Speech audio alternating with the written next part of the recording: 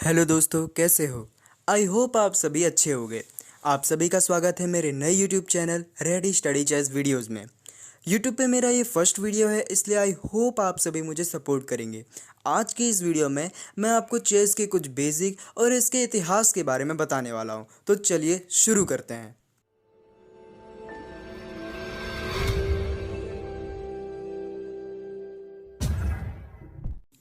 तो चलिए शुरू करते हैं। सबसे पहले हम जानेंगे चेस के इतिहास के बारे में। माना जाता है कि चतुरंग नाम के बुद्धि शिरोमणि ब्राह्मण ने 5वीं से 6वीं सदी में यह खेल संसार के बुद्धिजीवियों को भेंट में दे दिया था। मूल भारत का यह खेल अरब में और अरब के रास्ते यूरोप में जाकर प्रचलित बना।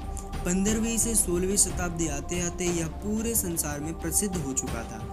चेस के इस खेल को रामायण काल से भी जोड़कर देखा जाता है। माना जाता है कि लंकापति रावण ने अपनी पत्नी मंदोदरी का मन रखने के लिए शतरंज के खेल को बनाया था। एक प्रमाण के अनुसार शतरंज का जन्म भारत के चंद्रगुप्त वंश के शासनकाल के दौरान करीब 280 से 250 बीसी के बीच में हुआ था। कुछ लोग का मानना यह है कि शतरंज का खेल पर्शिया से उभरा है, लेकिन प्राचीन भारत में यह खेल चतुरंगा के नाम से जाना जाता था। चतुरंगा का यह खेल भारत में 4वीं शताब्दी में खोजा गया था।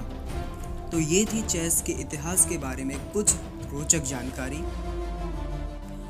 आगे बढ़ने से पहले मैं आप सभी को एक बात कहना चाहता हूँ, आप हमारे इस चैनल को सब्सक्राइब कीजिए और अगर वीडियो पसंद आई हो तो लाइक कीजिए।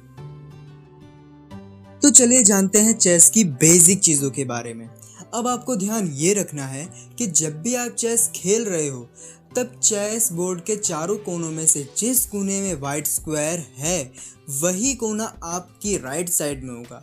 इससे कोई फर्क नहीं पड़ता कि आप वाइट पीसेस से खेल रहे हो या ब्लैक पीसेस से। चेस बोर्ड में कुल 64 खाने या वर्ग होते हैं। इसमें आप जो सीधी लाइन देख रहे हैं उसे कहते हैं फाइल, आप जो आड़ी लाइन देख रहे हैं उसे कहते हैं रैंक, और आप जो तिरछी लाइन देख रहे हैं उसे कहते हैं डायगोनल। तो चलिए अब जानते हैं मोहरों के बारे में। तो सबसे पहले बात करते हैं प्यादों की। अब यहाँ कुछ लोगों को कन्फ्यूज़न होगा कि प्यादे को कब 1 कदम चलना है और कब 2 कदम चलना है। तो ध्यान से सुनिए, जब प्यादा अपनी शुरुआती पोजीशन पे खड़ा होगा वहाँ से जब आप उसे चाल देंगे तब आपके पास 2 ऑप्शन होंगे, या तो आप प्यादे को 1 कदम चला सकते हो या तो आप प्यादे को 2 कदम चला सकते हो। लेकिन ध्यान इस बात का रखना है कि एक बार प्यादे को आगे बढ़ा देने के बाद अगली सभी मूव्स में प्यादे को सिर्फ 1 ही कदम आप बढ़ा सकते हो। चलिए अब बात करते हैं एन पासेंट के बारे में।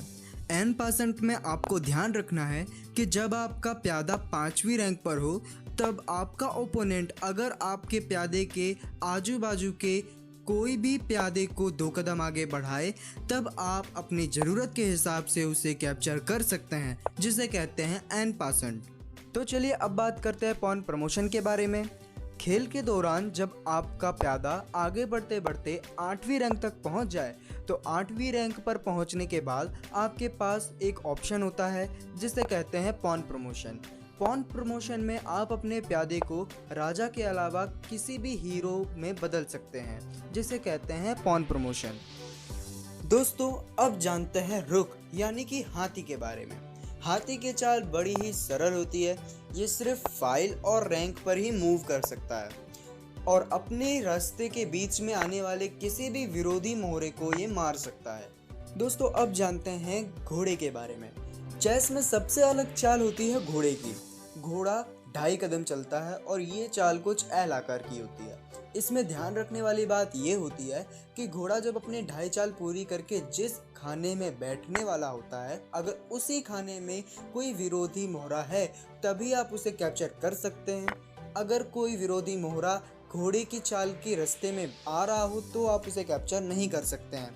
दूसरी बात ये, चेस में कोई भी हीरो प्यादे से उसका रास्ता क्लियर करने से पहले ही गेम में एक्टिव नहीं हो सकता है, लेकिन घोड़े के पास यहाँ स्पेशल एबिलिटी होती है, वो गेम की शुरुआत में ही एक्टिव हो सकता है। दोस्तों अब जानते हैं बिशप यानी कि ऊंट के बारे में। ऊंट की चाल भी बहुत सरल होती है। ये सिर्फ डायगोनल पर ही मूव करता है। सफ़ेद ऊंट सफ़ेद डायगोनल पर और काला ऊंट काले डायगोनल पर, और ये अपने रास्ते के बीच में आने वाले किसी भी विरोधी मोहरे को मार सकते हैं। दोस्तों, अब हम जानते हैं क्वीन, यानी कि जिसे हम आम बोलचाल की भाषा में रानी या वजीर भी कहते हैं। रानी की चाल भी बड़ी इंटरेस्टिंग होती है।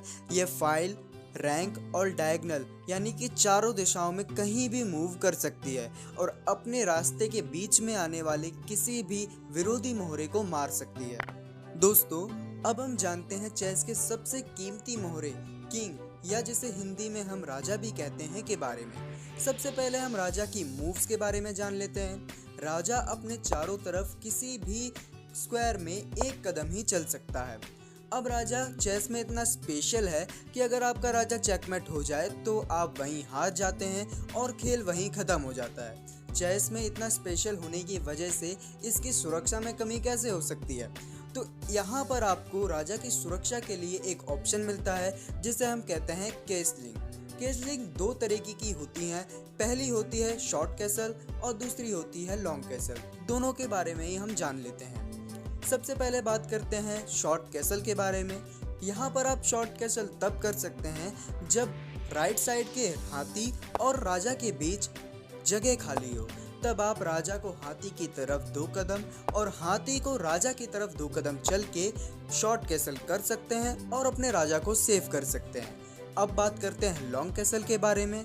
यहाँ पर आप लॉन्ग कैसल तब कर सकते हैं जब लेफ्ट साइड के हाथी और राजा के बीच में जगह खाली हो।